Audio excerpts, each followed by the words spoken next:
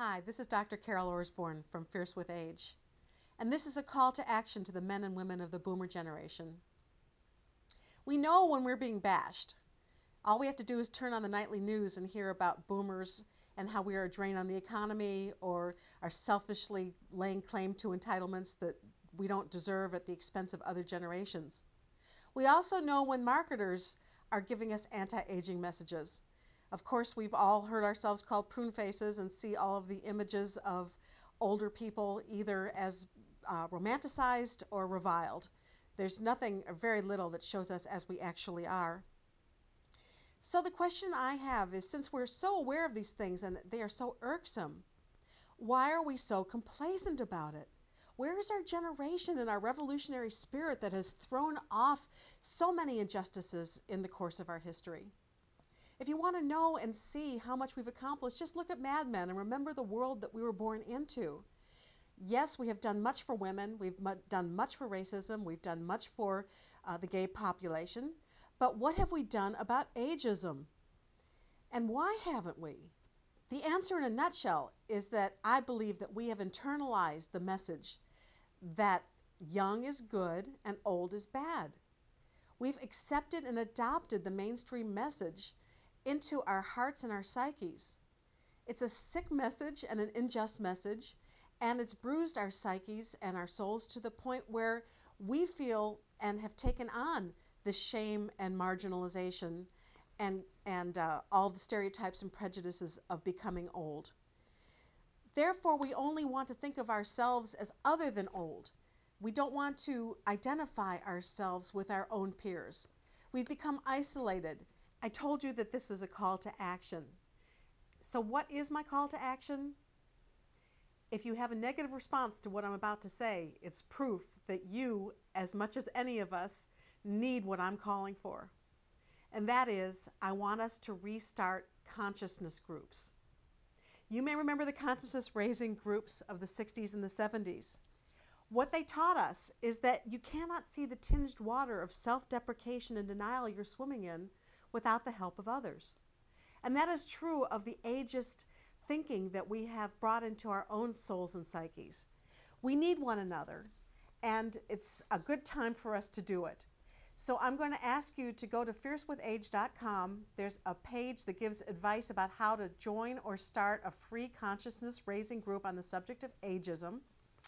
And it gives some simple instructions, and once a week I will provide a video commentary that will give you information and material to think about and talk about.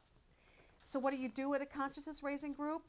I want you to talk about where you're at in life, what your aspirations are, what your fears are, what our legacy is, all of the, whatever comes to mind, really.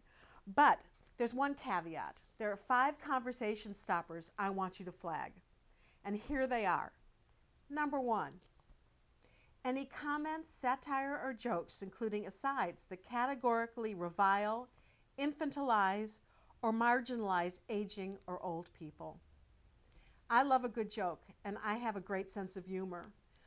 But when we haven't resolved the basic issues about the stereotypes and prejudices about aging that are so thinly veiled by this humor, I think it's time for us to say, hold it, let's flag it, let's at least talk about it.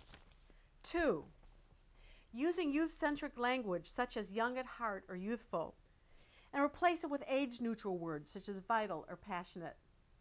In a recent video, I spoke about Diane Keaton on the front cover of AARP, praised as being young at heart. And I have to ask, are we once again equating young with good and old with bad?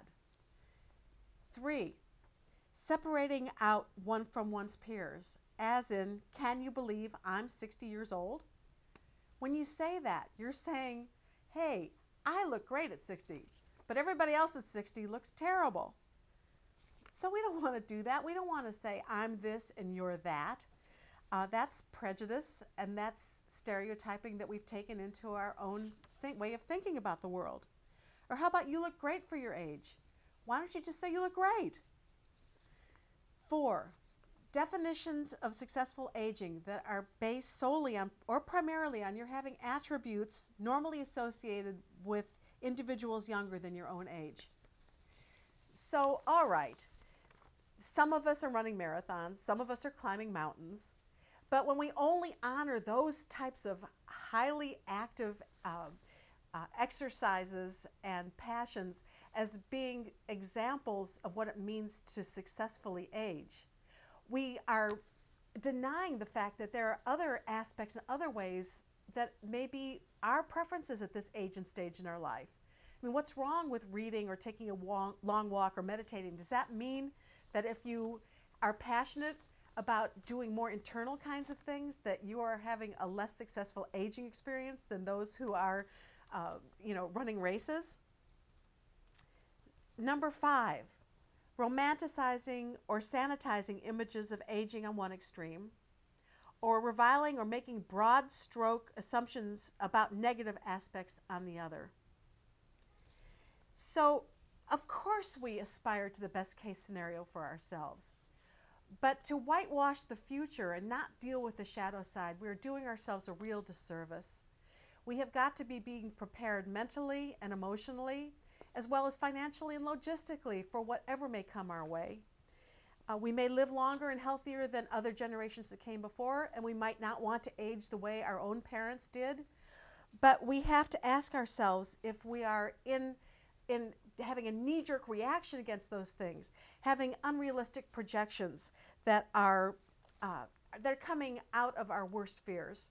And there is an alternative. There's a much better alternative. It's hopefully what we will find when we join these consciousness groups, and that is that there's a middle path between romanticizing and reviling aging.